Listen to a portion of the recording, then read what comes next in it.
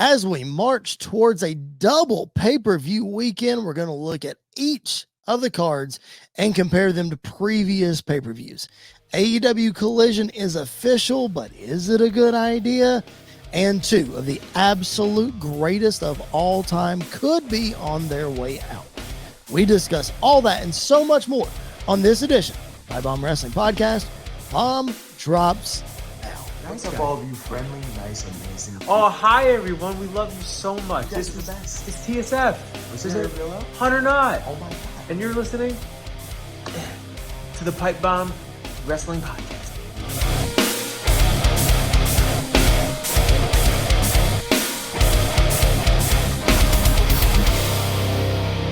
Hello and welcome to this edition of the Pipe Bomb Wrestling Podcast, the show that is for the fans, by the fans. I am your phenomenal host, Mr. Podcasting, Chris Belcher. You can follow me at Chris Belcher24 on Facebook, Twitter, and Instagram. The show's at PBW Podcast on those platforms as well as TikTok. This guy's on those platforms as well. My co-host, Mr. Andy York at Andy_PBWP. Andy, another week, man, marching towards a double pay-per-view weekend. Double pay-per-view weekends are always fun, but also Exhausting? very exhausting. Yeah. So it's going to be a lot of fun, though. I mean, the pay-per-views that we have coming up, Night of Champions, Double or Nothing, all of it's going to be setting up a lot of stuff. I think they're going to be a lot of jump-off pay-per-views. Sure. To set stuff up in the future that I agree. I'm looking forward to I seeing. agree. For sure. We're going to talk about all that. We're going to talk about the card, compare it to other cards on today's show. Next week, of course, we'll preview both of those pay-per-views. So make sure you're subscribed wherever you find your podcast. Make sure that you are subscribed to our YouTube channel. We had great audience numbers last week for our first episode back on our YouTube channel. Thank you so much for that. Keep that up. Like the video, subscribe. We would appreciate that very much. Yep. Also, throw some love over to Wrestle Buddy as well as Sports Wire Radio, great partners of ours. We appreciate them very much. Before we go old school, because we do want to do old school 101 this week. Before we do that, thoughts and prayers out to the family of superstar Billy Graham passing away this week. A great influence on so many wrestlers. I think Triple H is the one that inducted him into the Hall of Fame.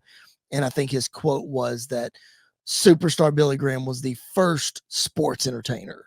So that's a huge part of the business. Yeah, I don't know a lot about him because obviously that was way before my time, and it's difficult sometimes to go back and watch old school wrestling, that kind of, especially from that generation and that era. But agreed, you can't deny the impact that he's had on the wrestling industry as a whole. So, thoughts and prayers to him and to his family, and he was 76, something like that. So, relatively, not young, like not old, exactly, when he passed away. So, exactly, just a sad situation. It's always hard when you lose a wrestling legend, and especially in the condition that he was in when he passed. It was very, very tough. Yep, absolutely. And I'm like you, like, even though I'm a little older than you and I pride myself on knowing old school stuff, I'm not 100% familiar with Superstar's work either. My buddy Jason texted me this week and he said, "Where do you rank him on your all time?" And I was like,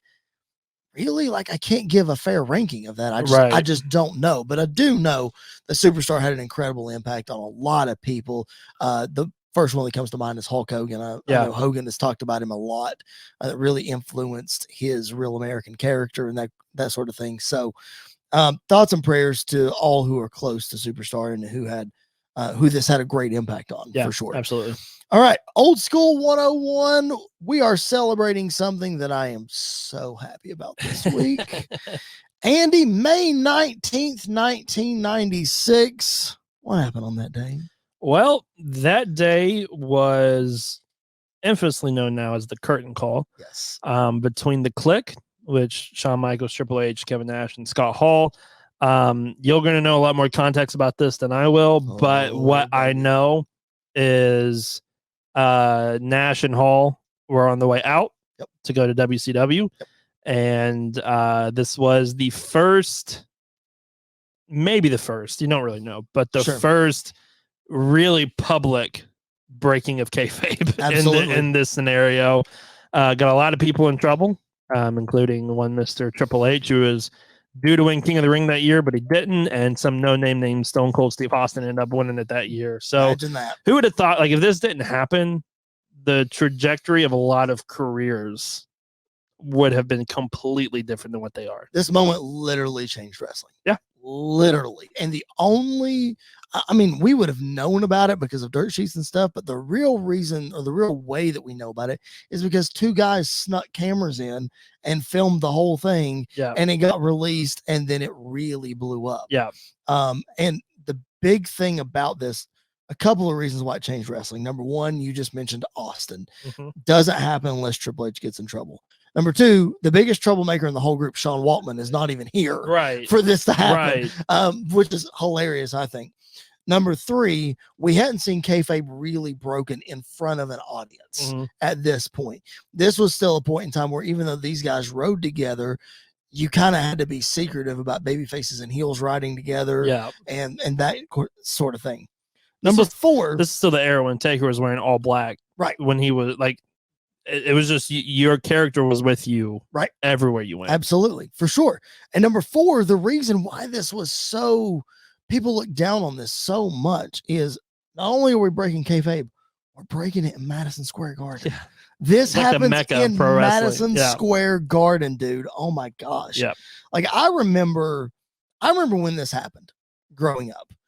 I remember seeing it, and of course it was a month or so later. But seeing magazines come out, you know, when you got magazines at the store, magazines that came out and advertised that Shawn and Diesel wrestled in a steel cage.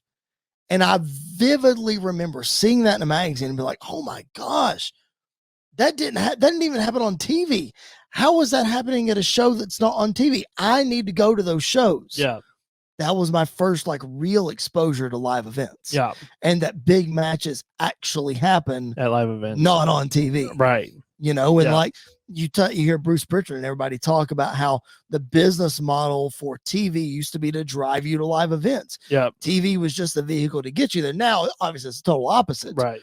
But this was one of my first exposures to live events, man. Yeah. And it just literally just changed the business. So the first, because we're talking about live events, the first live event I went to was in Buffalo, New York, with my brother he lives there, and the semi-main event was Brock Lesnar versus Big Show, and I remember being like, obviously it wasn't a fantastic match or anything, but seeing Big Show get F5 by Brock, like on a live show, I was like, this is crazy that we're doing this like right now. In Nashville, one of the first ones I ever went to was a steel cage IC match between Miz and Ziggler, which was like really, really good. So like these house shows, you know, Bray Wyatt's first match back wasn't technically the Rumble, it was a house show against Jinder Mahal. Like they do a lot of really cool stuff on live shows. So if you don't go, it's not AEW is doing some, like they don't do them as frequently, but even the ones they do like they're important. I remember when Finn, I think it was Finn, lost the NXT championship to Samoa Joe at a house show. And it like blew up NXT for a long time.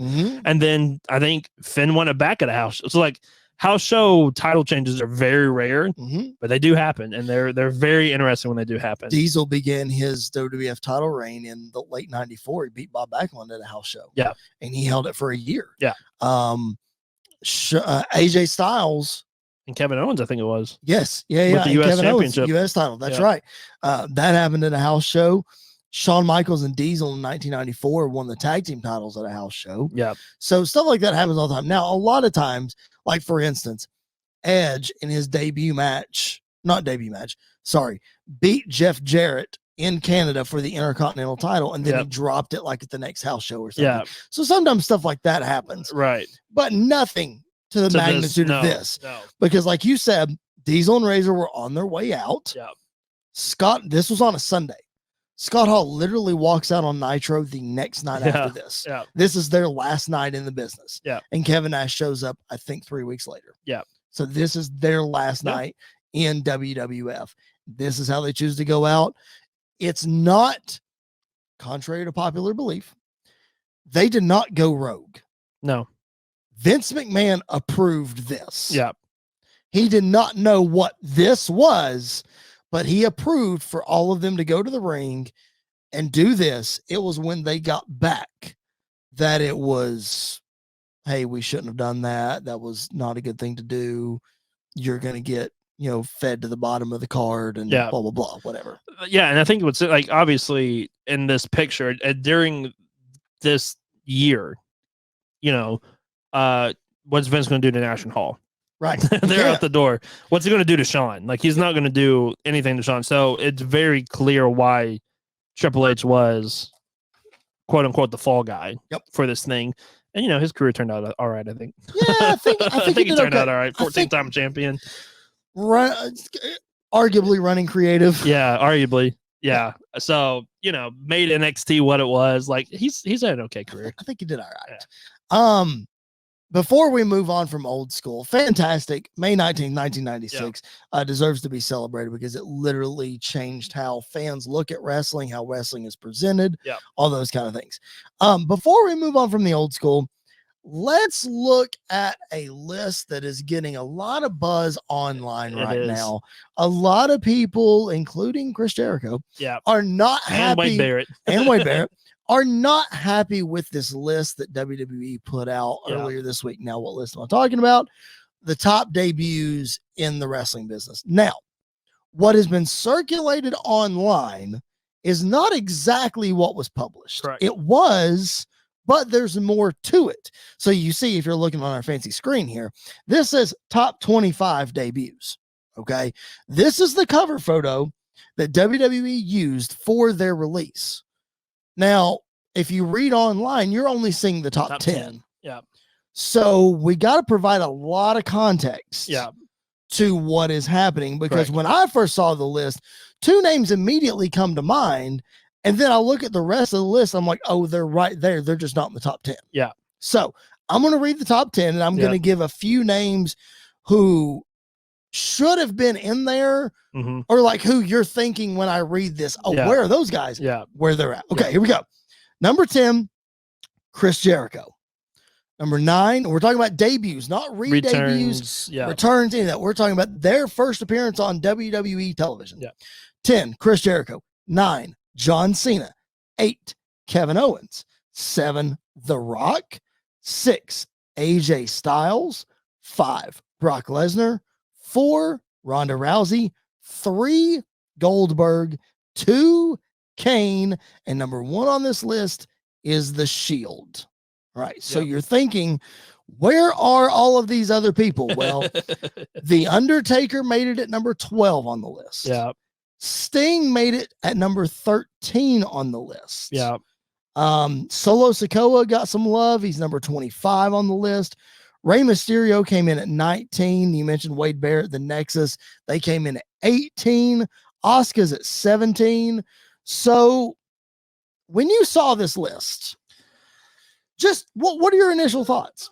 Well, my initial thought was, because the first time I saw this list was Jericho's quote tweet. Yes. And from that, my initial thought was, if he wasn't in AEW, he would be higher on this list. For sure. A lot higher on this list. There's a lot of names that I know why they're on there, because I understand why they're on there. But if we're looking at it as like what really is the top 10, it's not that great of a list. It's fine. I think they got the number 1 right.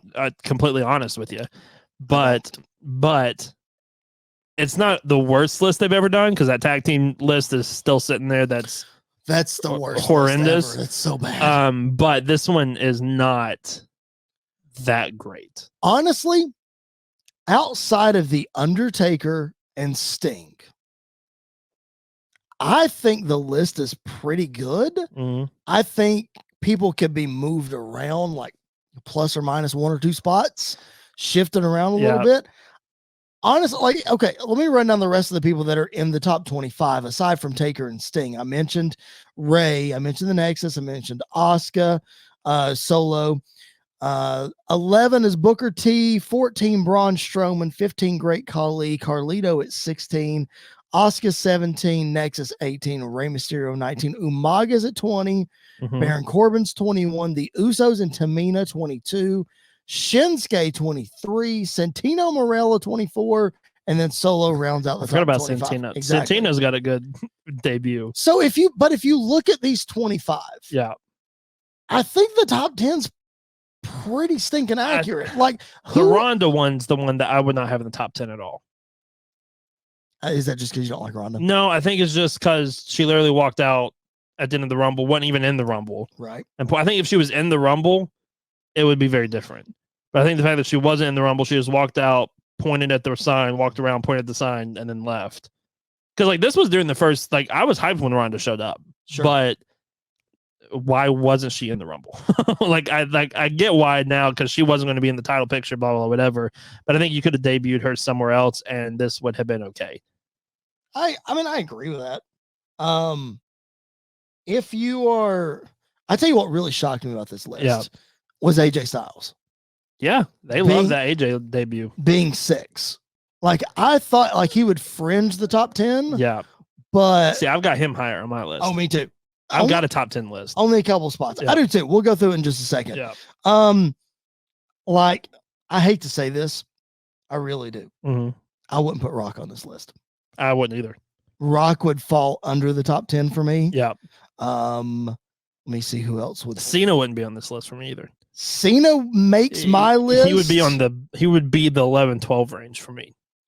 That's where I've got Kevin Owens also. See, I've got Kevin Owens. Where they have him?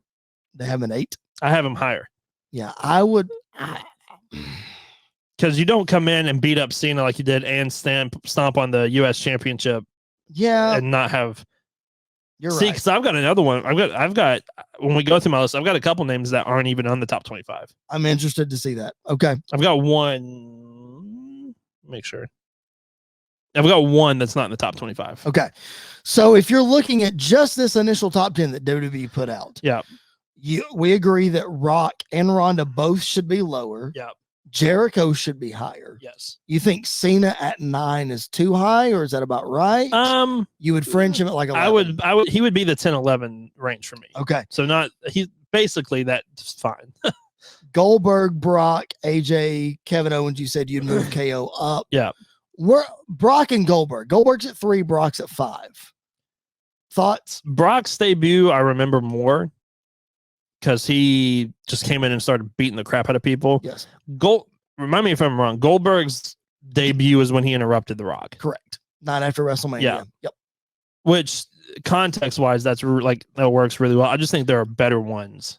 Because he was the first big WCW star to jump. Right. Like you had Booker, you had DDP, whatever, but that was like it would be the equivalent of like Cody not ever being in WWE and doing the jump to WWE, getting that spot. Yes. Correct. Okay.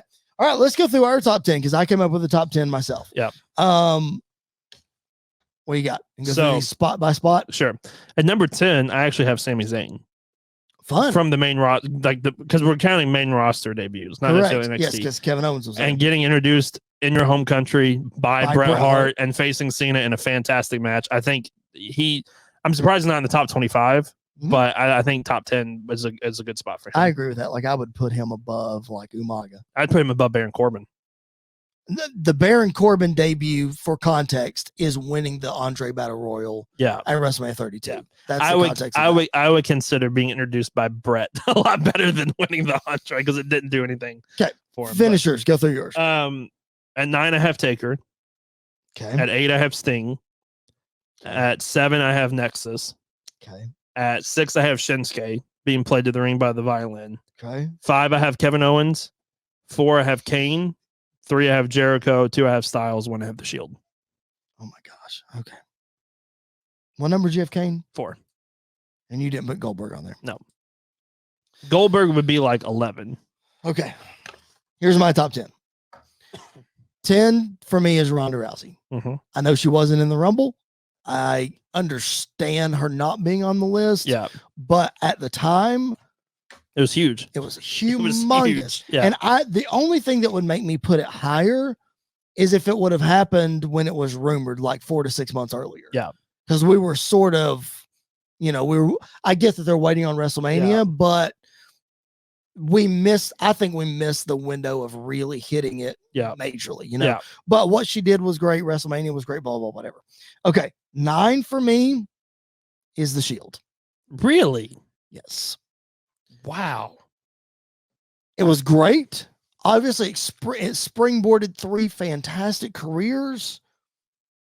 But I just think, like, in the moment, a lot of these other debuts was better.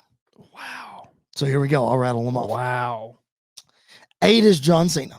Okay. He literally started the he literally started the ruthless aggression era. He did. So he belongs. Yep. 7 is Brock Lesnar. Yeah. That debut was fine for me. Mhm. It doesn't really hit like I wanted to. Yeah. 6 is The Undertaker. Okay.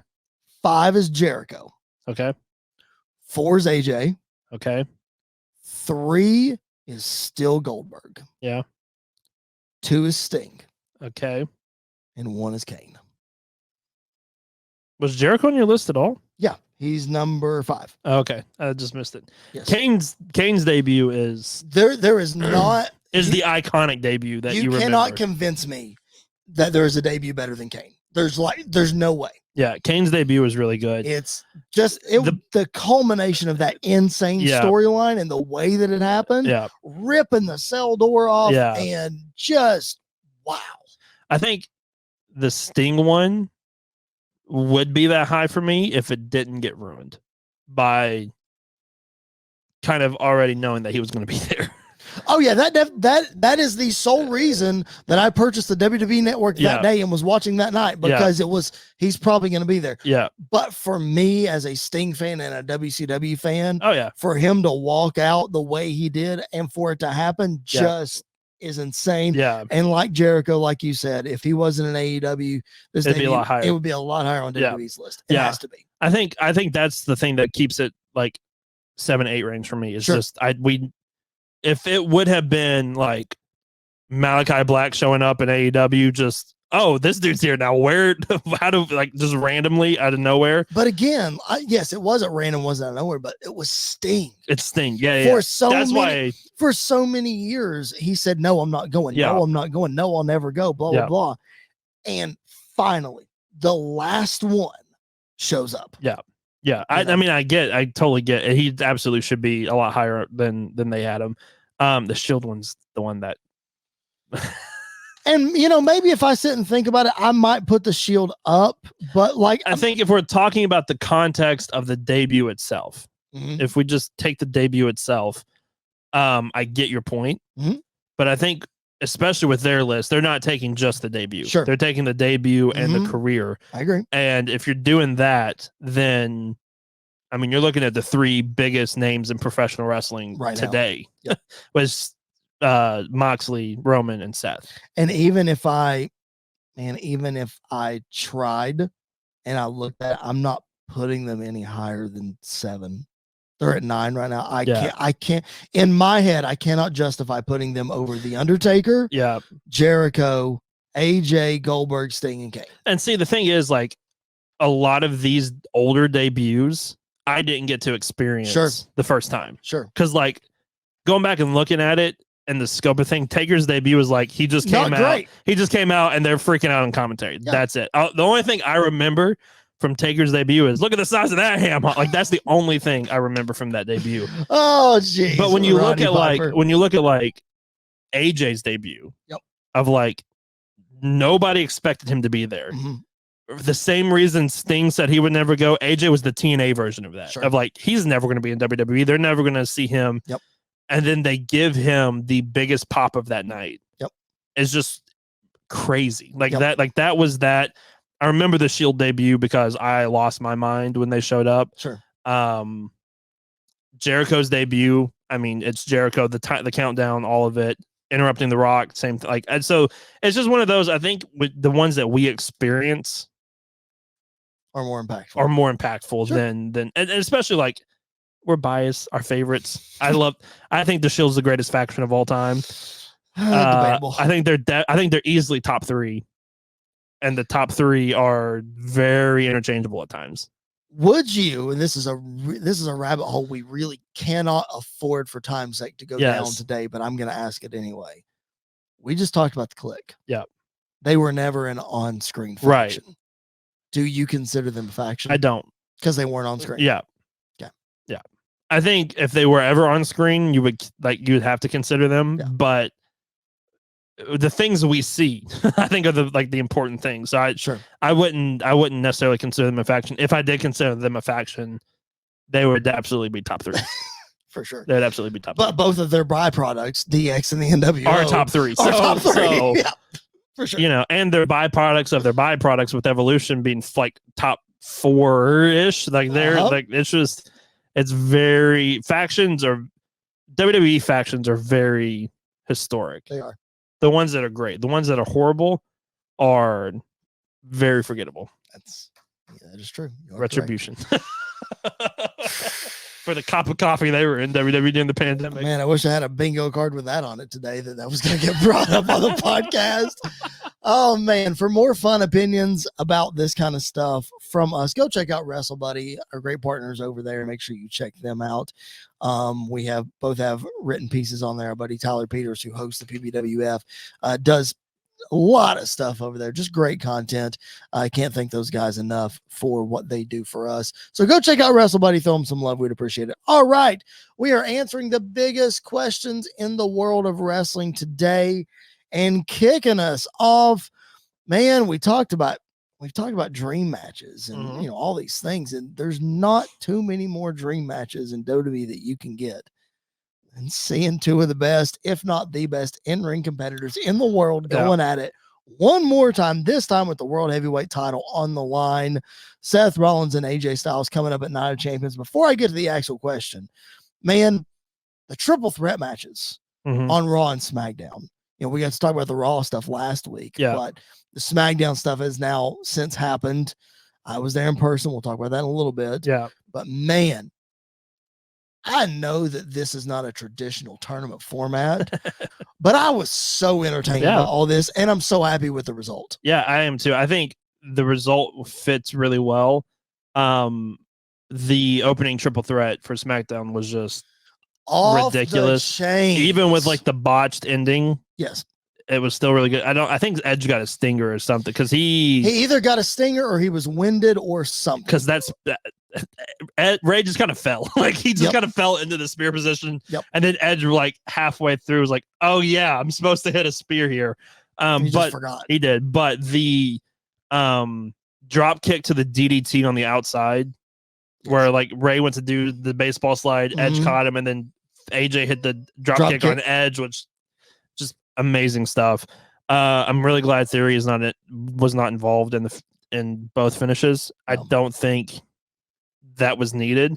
I think if you're going to sell a match for a world title and you want it to feel big and important as Romans, you need to have either Seth and AJ or Seth and Bobby. Like I think those are the only Seth two. and Edge. Yeah, Seth and Edge could have done it. But we've seen that one so many times. That I don't think it would be as impactful as this one is. But I will say this: being in the building last Friday night, they wanted Edge. Oh yeah, they wanted Edge bad. After the video promo he cut on Twitter, I wanted Edge. Yeah, I want Edge to win the whole thing. Like let him go back to Raw. But I'm glad we're doing this. Now I know there's some reports. Let's talk about it. Of some hesitation to put it on Seth because he's filming with the reason why he's not at Raw this week or next week, I believe, or he might be there next week. Is because he is filming. He's going to be in the new Captain America 4 New World Order, which as a Marvel fan, Captain America is one of my favorite characters. When you put Seth Rollins in the movie, it's like, oh, this is going to be the greatest movie of all time. The character he's probably rumored to be playing, he fits very well. However, he's so vocal about being the complete opposite of who Roman Reigns is. I don't see why there would be a hesitation. I think this is a very rare thing for him to do movies. Oh, I don't think there's any hesitation at all. I think that report is absolute bogus. I don't think there's hesitation at all. I think Seth Rollins is also the kind of guy who is going to go to them ahead of time and say, I have this opportunity. I don't want to take a lot of time away. Yeah. Hence why I filmed a sit-down series with Corey Graves for it to air because it's headed to the world title match. I get that the timing sucks. Here's what we can do. Yeah. I don't think there's any hesitation about putting it on this guy. I think really also, don't. I think part of the reason why the report came out is also because there is I don't want to say it's obvious, but it's kind of obvious that Seth needs to be the guy to win this. I think that's maybe them kind of not tampering expectations, but putting like seeds of doubt of like, hey, he could lose this. Which if AJ wins, I don't want to say I'm going to be disappointed. You're getting into my question, but go ahead. But Seth, it's got to be Seth. Okay, so here's my question. I have to ask it now. I had another point about Seth, but forget it. Question is, who needs it more? Seth does. No. The question is not who should win. Yeah. The question is who needs to win more. Seth. I think Seth. Listen, Seth for the last 2 years has been in the business of putting people over. It's true. He put Edge over. He put Cody over. He put Riddle over. Yep. He got the win over Roman, but he didn't really win. Okay. He has been beaten more than he's won coming into this year. Okay. I think Seth absolutely needs this. I would say that all of the same arguments for AJ Styles. Yeah. In the sense that he didn't face Cody. Yeah. He didn't face Roman. But literally all of the same things. Yeah.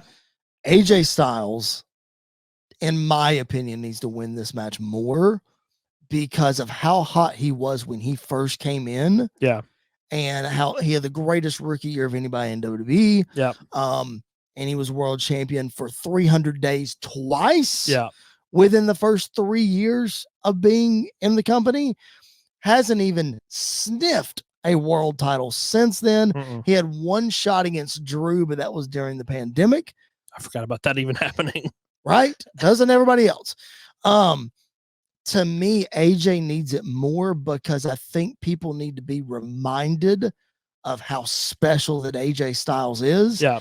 And how here in a couple of years, we're not going to have AJ anymore. Right. So if you want to make a run with him and have him make a lasting impact in WWE, I'm not saying he can't. Right.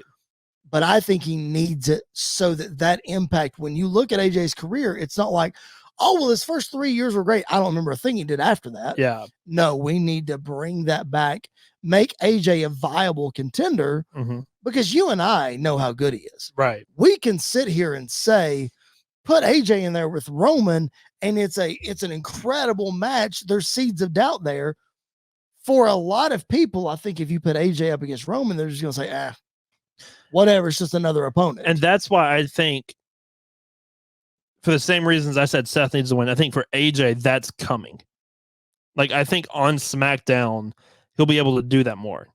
Maybe he gets a lengthy run with the U.S. title. That will then project him to face Roman at some point to be that first guy since Cody to be like, oh, AJ could be the one to beat Roman for that title. I feel like longevity, and I feel like everything else, I feel this would do more damage to Seth losing than it would do for AJ losing. I think if AJ loses, it might do some, but it's going to be like, well, he's on SmackDown, so he can just go and he's going to go after Roman, blah, blah, whatever. But if Seth loses, it's literally like everything Roman has said about him is true. I get it. The only thing that I see is that with Seth continuing to bring this Roman thing up, if he loses, that's just more fuel for that fire. Yeah. For him to be able to build up. The only other thing I'll say about AJ is that in his run as champion, AJ was the face of the brand. Yes, he was. Nobody could touch him. He made SmackDown the best thing in 2016. Nobody could touch him. Yeah. Seth is already that way for Monday Night Raw. Yeah. AJ is nowhere near that for either Raw or SmackDown. Right. So I think AJ needs a humongous boost, and I think this would do it. Yeah, and going back to your Seth thing of like this would add more fuel to the fire, I think it adds more fuel if he's the champion that Roman's not. That makes sense. And he's literally gloating every week like, oh, Roman's not here. Like there are reports Roman's taking even less dates than we originally anticipated, but guess who's here every week, every house show, every tour, guess who's here fighting? Yep. And I think that plays into it because whenever they meet, and if it's at Survivor Series and that champion versus champion match, ooh, buddy, that's going to be fun. Sure.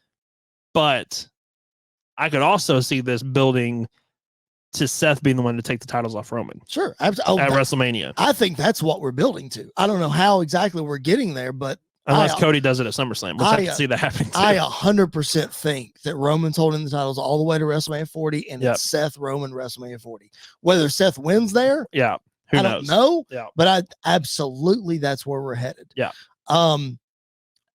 Regardless of what you said, what I said, I'm not gonna be disappointed whoever wins this match. Like I agree that I want to see Seth win, but I also want to see AJ win. Yeah. It's like you go back to their Money in the Bank match in 2019. It's like, I don't know what I want to happen here. I just want to see a great match. And listen, they delivered. For those of you who are watching this or listening to this and haven't watched that match in a long time, go back and watch it. It's one of the best. It's the second best curb stomp reversal of all time.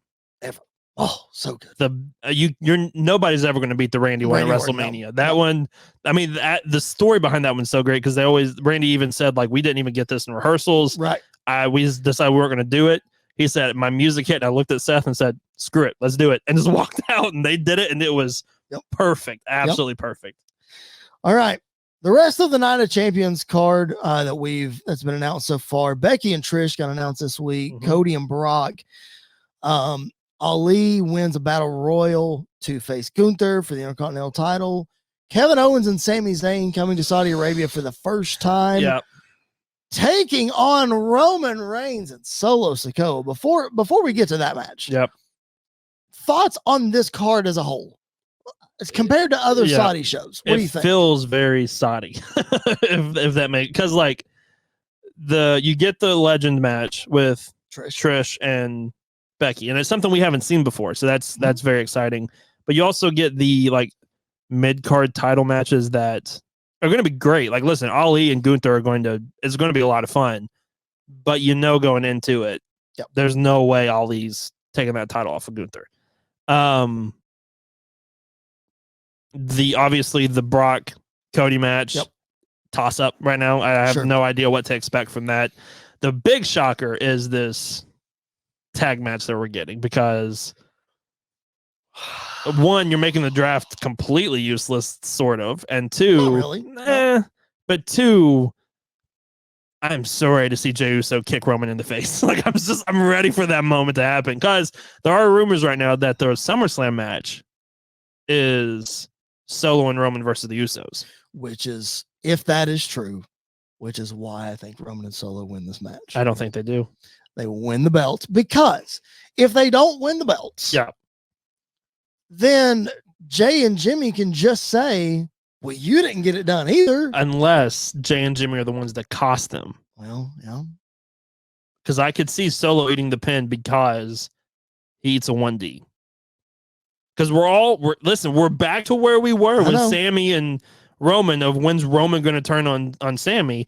I think we're waiting on when Solo's going to hit Jay with the spike. I think Jay's going to hit first. And hand Sammy the pinfall victory over Solo. Could you imagine, though, if Sammy's the one that pins Roman to win those titles? Because I think there's a chance that could happen. There is. Roman's not getting pinned until he loses those titles. Exactly. But there's gonna be a couple of moments where there always is with Roman Reigns. Always. Especially with Sammy. I think that, but I think storyline wise, the problem with Roman already is he's got too many titles. You don't want to add a third. I don't know about that. A fourth. There'll be 4. He'll have 4 titles. No, you don't. I don't know about that.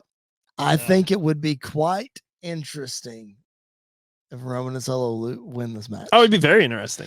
I think the only way they lose is there has to be some sort of turn of something. Yeah. To me, that's the only way they lose. Yeah. Because otherwise, again, like I said, you go to the point where what promo is he going to cut on the Usos now? Yeah. Well, he lost too. Well, what the heck is the difference now? Yeah. You know what I mean? Right. So he doesn't have any merit to stand on. Now the tribal chief gets bigger and badder, and I'm holding more things over you now, and all those kind of things. Yeah. But the damage to the tag titles are not worth the story. If that makes any sense. That could be very possible. So I don't. But going into this, I have as of right now, I have no idea what's happening, I love it. I know, me too. Like I've been saying for weeks now, we need a change in this story. We got one. Kind of wish Kevin and Sammy weren't involved because I think they need to go do their own thing now. Right. But if this is the one-off, if this is the last thing, and it ends with Sammy finally getting the win over Roman, even though he's probably not going to pin Roman, but if that's how that ends with Kevin Owens too, it's fantastic. I could also see Kevin turning on Sammy here though too, because he's so involved in the bloodline still. Like there's so many ways this could go that I love it. I think if this main events, this has got a main event. I think this kicks off. No, I think Roman kicks off. I think this main events. But if this main events, get ready for the storytelling. Get ready for the storytelling at the end. I think in order to make this important, this has to main event. Maybe. I think it has to. You think Brock Cody kicks off the night? No, I think Roman kicks off the night. I think Brock Cody goes before this. I think this might be in the middle of the card, to be honest with you. No. Because that's how the Universal title was. I know, but I think this has got to main event. I'm the traditionalist of I need the world title to main event the show. And if you're introducing this title, this is going to be the biggest match possible. You trying to steal the spotlight from Roman and from Brock and from Cody. Yep.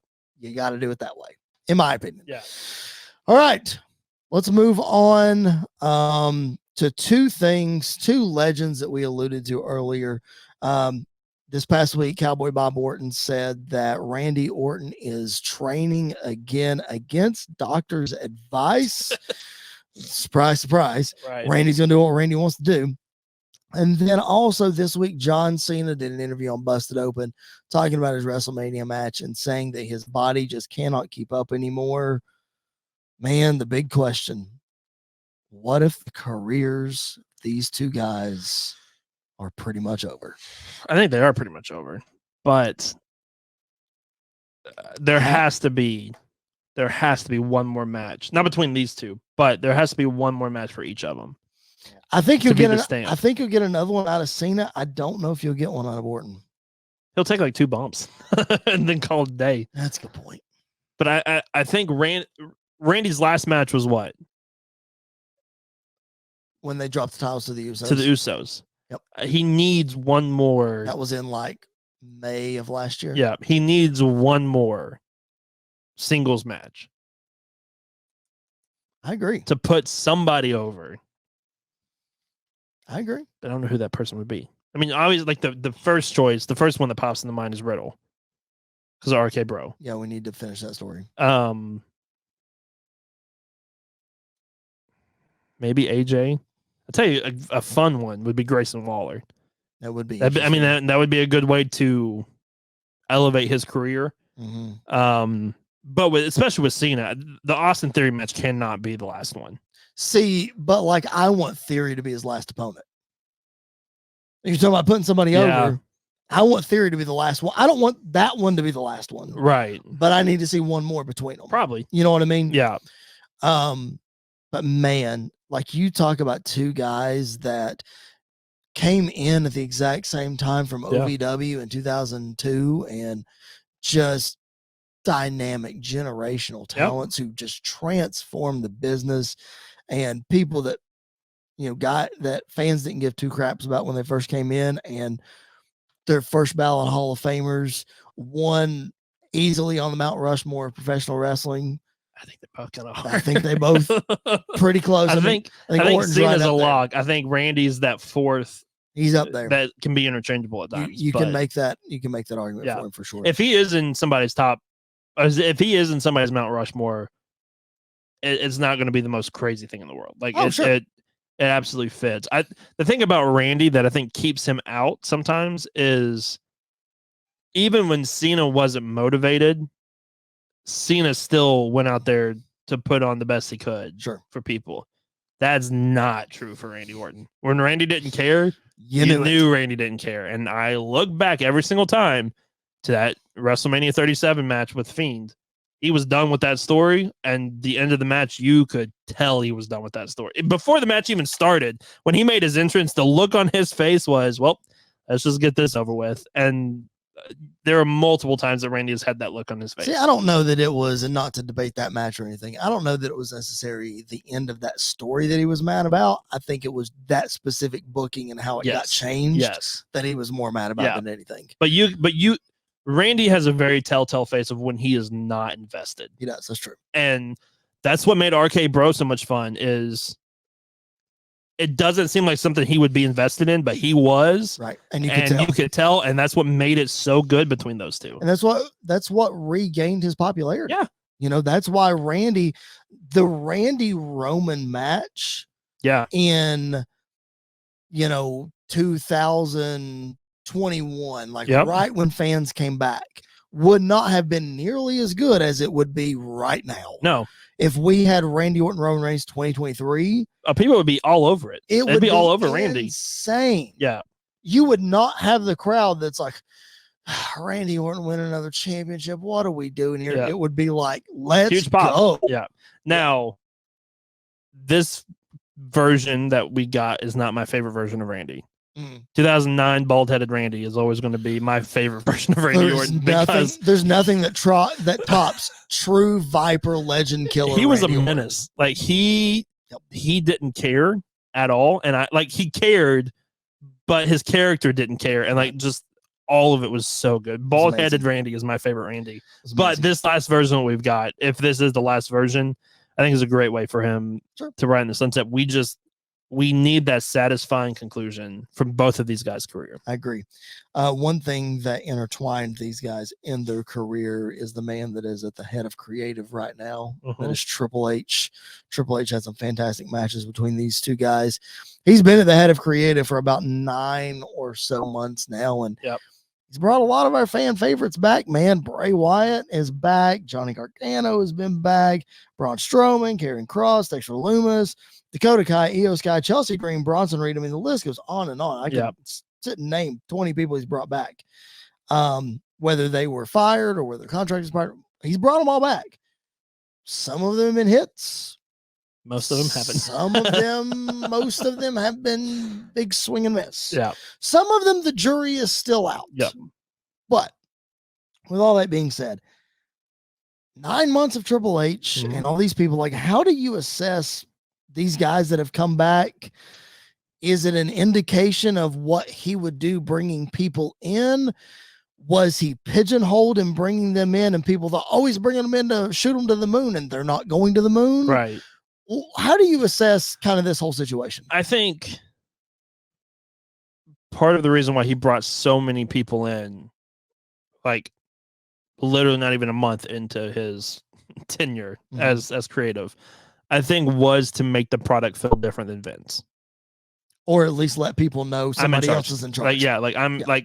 When Karrion Kross came back and when Bayley and Dakota Kai and Io came back, that was that SummerSlam, because we were there.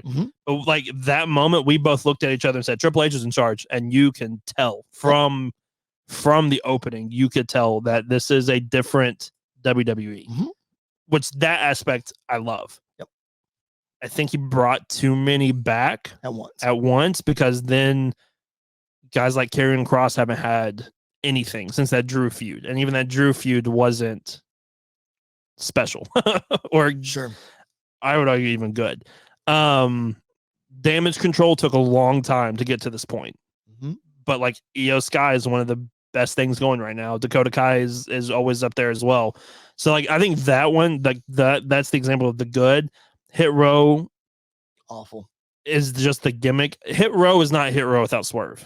And I think that's the thing that they're missing is Swerve. If Swerve was still involved, I think they would be I agree. Up there big time. I think the one that we're going to look at and say was the best one is Bronson Reed. Oh, that's not the one I was going to say. Because I think Bronson Reed has had the best run so far of people that he's brought back. Disagree. Braun Strowman.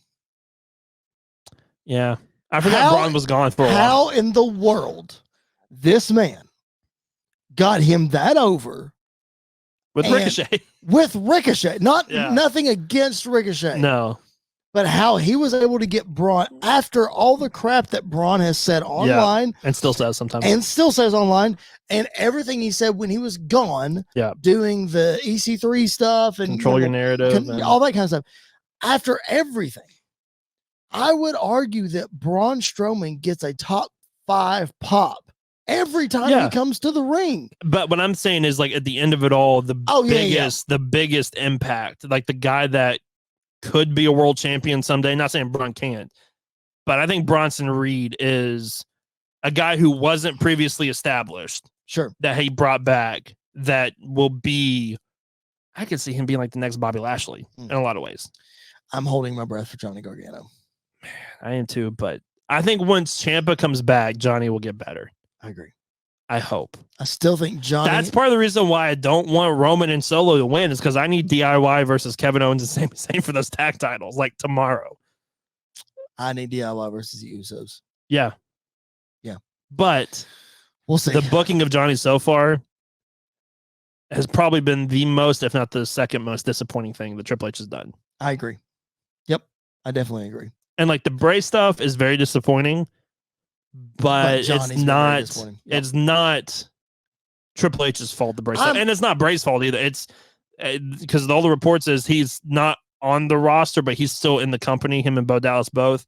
But this illness that he has is apparently pretty serious thing that he's been dealing with. Right. So like that put handcuffs on him, obviously. Sure. But like Triple H just put handcuffs on himself when it comes to Johnny, it feels like sometimes. I'm okay with some of the comedy stuff that Johnny does because he's good at it, but there's just, I don't know, a lot of things. Like I also feel like Gunther, despite how good he is with the Intercontinental title and all that kind of stuff, I feel like that's a prime spot for Johnny, and we can't get there or the U.S. title because we're trying to run with Theory and we're trying to run with Gunther. Yeah. But like, of course, I'm a Gargano fan, and I understand that he's not going to come in and win the world title day one. Right. But I think he should be the one holding those mid-card titles captive and putting on the best matches every night, all that kind of stuff. But injuries have slowed him down too. He's had a shoulder injury that he's been out for extended periods of time for, and all that kind of stuff. Yeah. So I do think that bringing the way back is a good start. It'll be, yes. I think it's a very good start. It's for all of them involved. I think it's a good start for them. AEW Collision officially announced this Collision officially announced this week. It's going to start June the 17th on TNT. It's going to be a Saturday night show. I don't know if Saturday is a great idea. I guess we're not going to have any more Saturday night pay-per-views from AEW, which is, I think they've stopped that for a while now. It's sad. It is. What are your thoughts? Seems like we're getting a different roster. Yeah. The poster looks good. And if the logo is cool, If the poster is the roster that we're getting, then I'm feeling a lot better about it than I was, because you've got House of Black, you had Miro, you had Thunder Rosa, you also had MJF and Orange Cassidy, though. Right, which I think MJF is going to be on both. Right, I think he's going to bounce back and forth, and I think Orange Cassidy as the All Atlantic champion will probably international. I'm going to keep calling it All Atlantic because that was the first thing it was called. But I think he's going to bounce back and forth too. I think what's very interesting is most of the people on here are the people that have had the most problems with AEW at times, which is really, really interesting to me. Like, I'm looking at this roster and it might excite you, but like, it doesn't move the needle for me, especially like on a Saturday. Yeah. Like, I'm not going to tune in for these guys. I'm still going to hit up Dynamite. Yeah. Now I will obviously keep up with what happens. It's going to be a 2-hour wrestling show. It'll be interesting.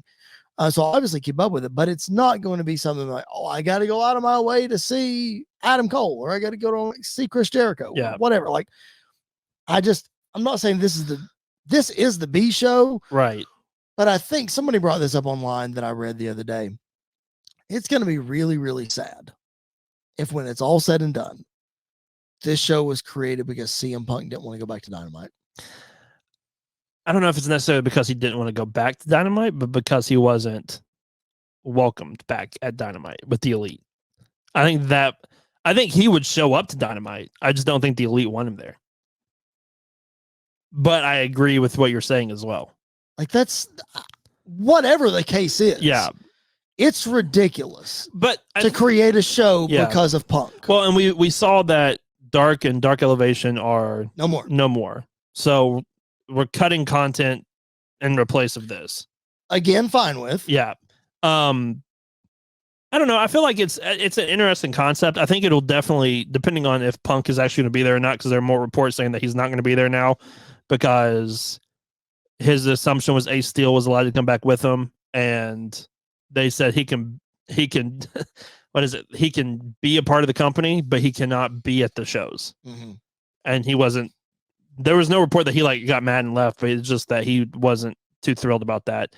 I don't know. It's very, very interesting. I think it could start off as the Punk show, but could transition into something completely different at some point as well. I'm excited for it. Oh, it'll be interesting, especially if Punk's back. I'm obviously I'm going to be excited for that. Well, I mean, next week, Tony Announcement Con, making another announcement this week where it's going to be. It's going to be Chicago. We know it's going to be the second dance or the follow-up dance or square dance or what have you dance. Anyway, so like you said, it'll probably start out as a Punk show. I just goes back to what I've been saying this whole time.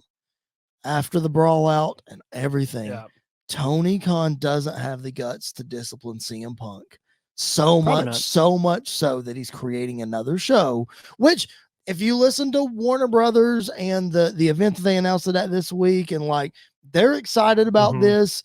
It's not they're not happy about AEW content. They clearly are. Apparently there's going to be a streaming deal with HBO Max. Yeah. Please. That'd be great.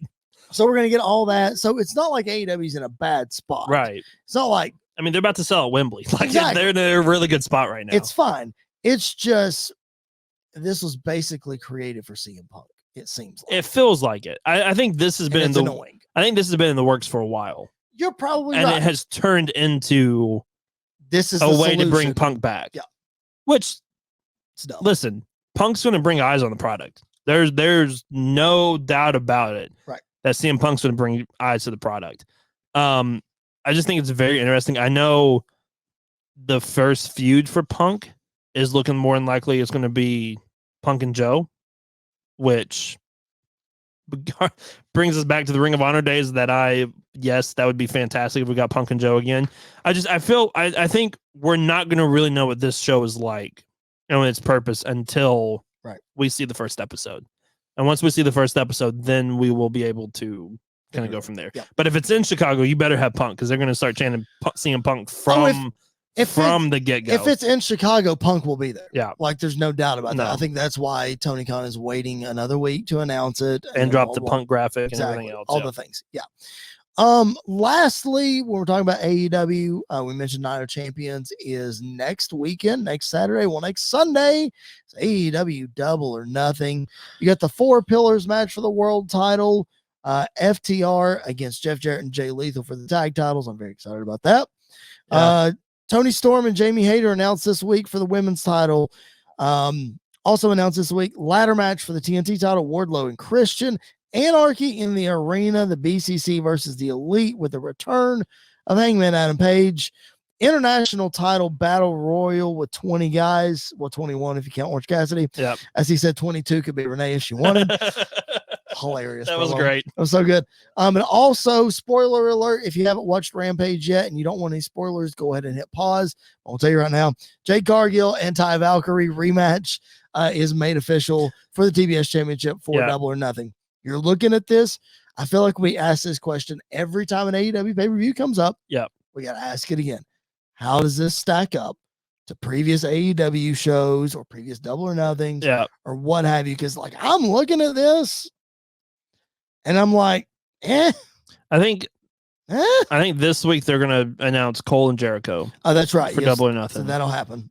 I'm excited for it. Listen, the thing that's selling me for this is the Anarchy in the Arena match between those. Which didn't get announced until the end of Dynamite this week. Which you knew we were either going to get that or they were going to head to Blood and Guts. Now still could be heading to Blood and Guts. Now it sort of seems like we might just get the female Blood and Guts instead of we might this. But I think depending on how this match finishes, I think we could, because if what I've been saying happens, Takeshita shows up and turns on the Elite, so the BCC get the win. Well, the story's not over yet. Sure. We got to. Then that's when we head into Blood and Guts, which I could see that happening.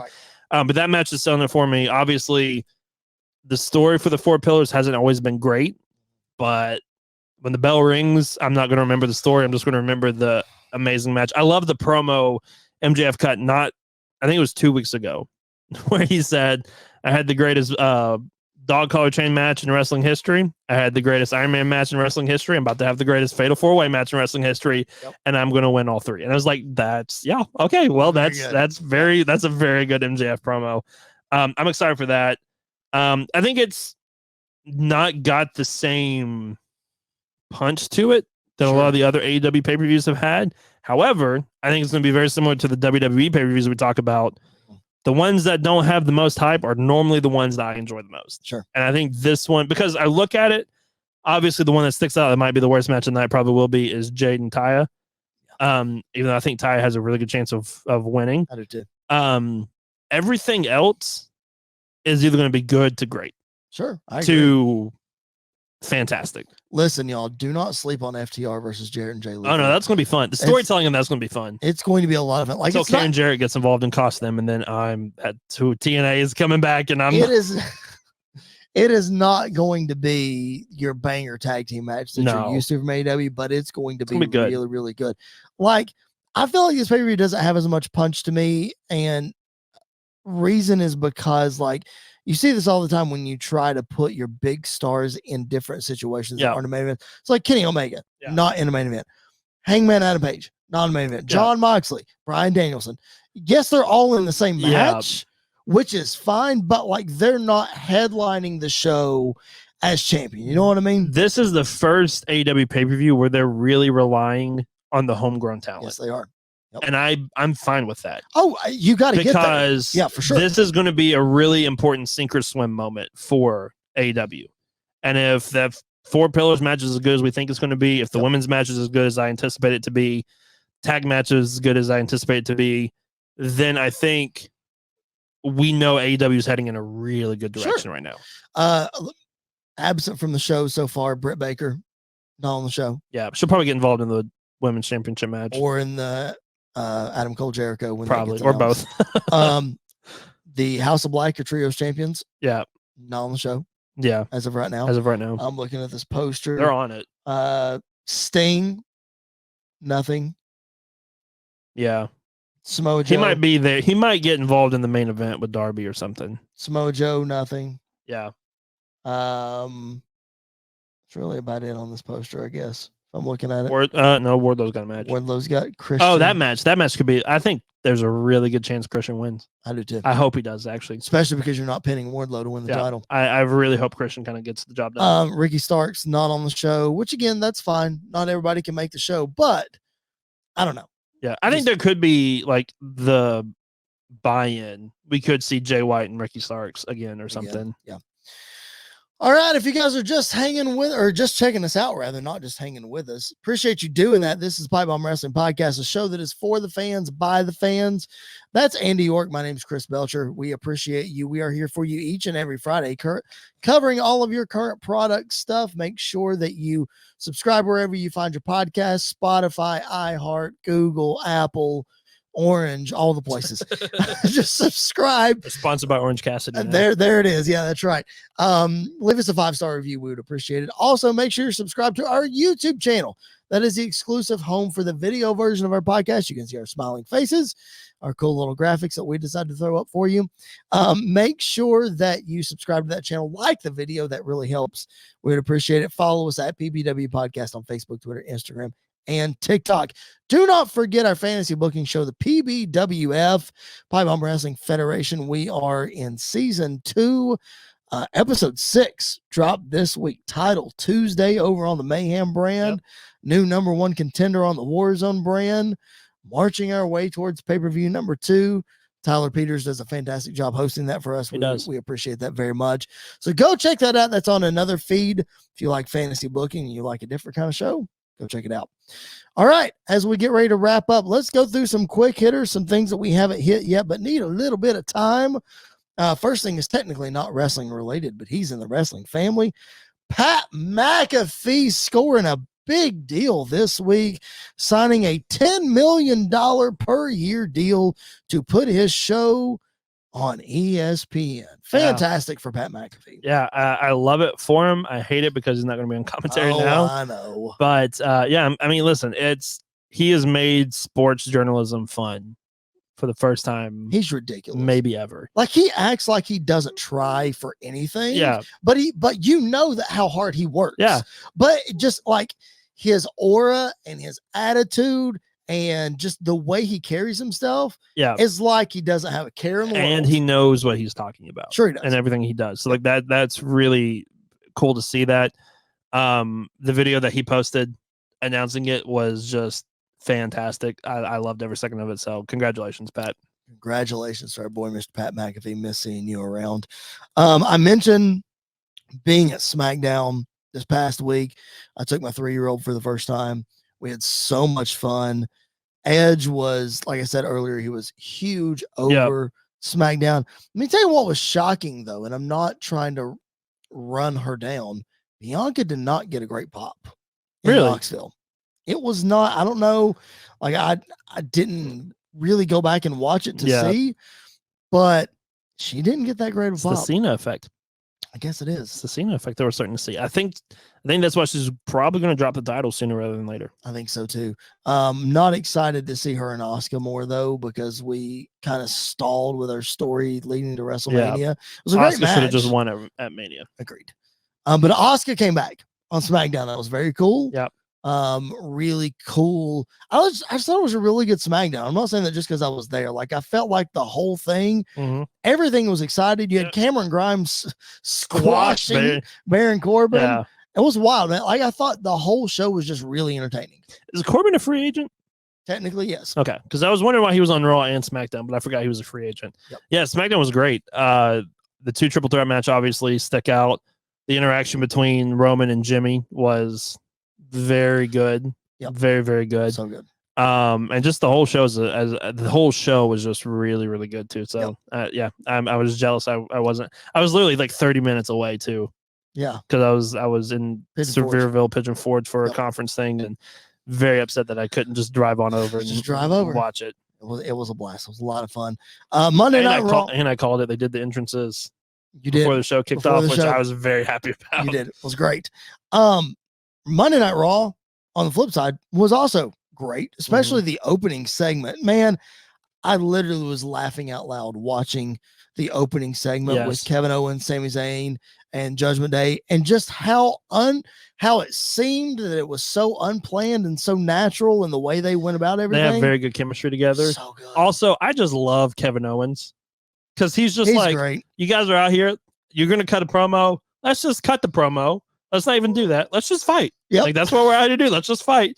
And I love that. I love that he's the hothead and Sammy's the one trying to cool him down. Sure. And then the moment with Dom, where he's like, Dom, what do you have to say? And then just the booze, right? It was a great opening to Raw. It was like they knew they needed to get those boos in, and it was like, oh, we know this is Sammy just tossed it. Let's just do it. Yep. Here you go. But like, it was great. So good. Also led to a fantastic main event on Raw. Yeah. How surprised are you that Kevin Owens and Sami Zayn lost? Kind of. It was overbooked. It was a very overbooked main event. What I loved, the thing I love the most about Raw, and I know you're gonna roll your eyes or laughing when I say this, is the impact and how much Gunther was on the show. Like he was all over the place. He was all over the show. The interaction between Gunther and Kevin Owens, because I don't know if you noticed or not, but he almost broke. He almost broke character. Who? Gunther did. Oh, he did. But Kevin Owens was he's saying something to him, and you just see Gunther look, and you see a smirk, and then him look down and look over here, and then look back. Like I missed that. You got to go back and watch that. Okay. But I love that they are putting him in that spot right now, because as of right now, he's the only one with a singles title, right? Other than Rhea, obviously. So like those two need to be featured heavily on the show. Speaking of Gunther and Imperium and of the Judgment Day, we saw several backstage interactions with Paul Heyman with these working guys. cutting deals. Did you see the visitor tag that he had? Yes, on his phone. That was great. That was really funny. So in him cutting these deals, do you think that was all just a one night kind of thing? Do you think we'll see more? I think it's tonight, or not tonight, but last Monday and this upcoming Monday. Because this upcoming Monday we're getting Imperium versus Owens and Zayn. That's right. and So to continue mystery partner. And so I think it'll continue into next week as well. That's right. It's gonna be Riddle. I think it's true. Oh, okay. I think it's true. I think they want us to think it's Riddle, but I think it's gonna be Drew. Oh, fun. Okay. I hope it's Drew at least. Not what I would have expected. Perfect. Because then we can set up Gunther and Drew at some point down the line again. And right. Yes, please. Speaking of the Judgment Day, JD McDonough. We talked about him 2 weeks ago, I think it was. Yeah. Cut a promo. We saw Finn Balor kind of lurking in the shadows, watching over him. Seems like those rumors might be true. We might be headed that direction. And I am all for it. Listen, the vignettes they did for the NXT people were really good. Super good. The one for JD, though, was awesome. Yeah, like really, cool. Really good. So I'm excited to see what they do. I think they're going to tease it a little longer. I don't think it's going to be like an instant thing. Sure. But yeah, I'm excited for him to be a part of it. One of the most fun things that AEW does on their shows is no rules, falls count anywhere, do something insane. Yes. Roddy Strong and Chris Jericho delivered on Wednesday night in so many ways. Yep. What a fun match, man. I am always a huge fan when matches go outside the building. Yeah. Like, take me outside, not just a parking lot or whatever. Take me outside. Yeah. It was a lot of fun. So the stipulation was Adam Cole couldn't be in the building. Neither could JAS. Right. And the second they walked outside, there's Adam Cole. And I was like, that's such a great thing. Yep. When we talked about it before we started recording, the fighting on the scaffolding above the stairs seems so stupid, but it was so much fun to see that. I think it was Sean Ross Sapp. I saw him tweet. I walked away for 2 seconds and I walked back and Jericho and Roddy had something all over them that I had no idea what it was. Just moments like that was really good. I really enjoyed this week's Dynamite. Like, I thought it was a really good show from start to bottom. I did too. I thought it was very interesting. I'm not sold yet on Switchblade and Ricky Starks. Yeah. I mean, there's a couple.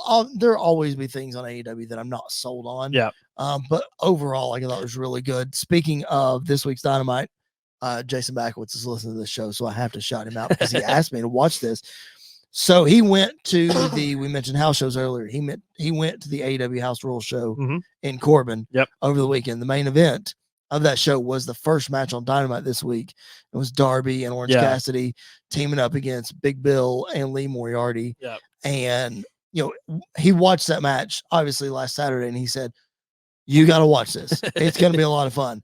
And like, that match was awesome. It was so entertaining. Yeah. It was really good. Obviously though, how Dynamite ended was just phenomenal. I know we talk about the Bloodline a lot, and they're great wrestlers and they're great storytellers, but I got to put the Elite up there as some of the best storytellers in wrestling right now too. Like, the way that they have structured this whole story of bringing Hangman back has just been perfect. I mean, absolutely perfect. And the pop that Hangman got is the first big pop he's got in a long time, since he's been champion, since he dropped the belt. Yep. And when his music hit and he got that reaction, it was like, oh, Hangman, like the old Hangman's back. And then he comes out with the eye patch. Yep. He looks amazing with that gold eye patch. I loved it. Yeah, that was super cool. Super cool. All right. That is going to do it for our show this week. Thank you guys for tuning in. Next week, mentioned it earlier, a loaded show. Double pay-per-view preview, Night of Champions and Double or Nothing. Shout out to Pro Wrestling Scorecards because they're going to be working hard next weekend. They always provide our scorecards for our previews. It's a fun game that Andy and I like to play. I won 3 pay-per-views in a row. Andy got me at Backlash. I'm the current champion. You are the current champion. We need a belt. We do need a belt. We need a belt. That's right. We'll get one of those. We'll get right on that. But Pro Wrestling Scorecards is going to be a lot of fun coming up next week. Make sure you're following us at PBW Podcast, Facebook, Twitter, Instagram, and TikTok. Andy is at Andy_PBWP. I'm at Chris Belcher 24. Like I said, make sure you're following us. Make sure you're supporting us. We post tweets and stuff all the time about viewer questions and stuff. Feel free to hit us up. We want to talk about what you want to hear about, so make sure that you hit us up with those things, we would appreciate it. We would also appreciate if you subscribe wherever you find your podcast.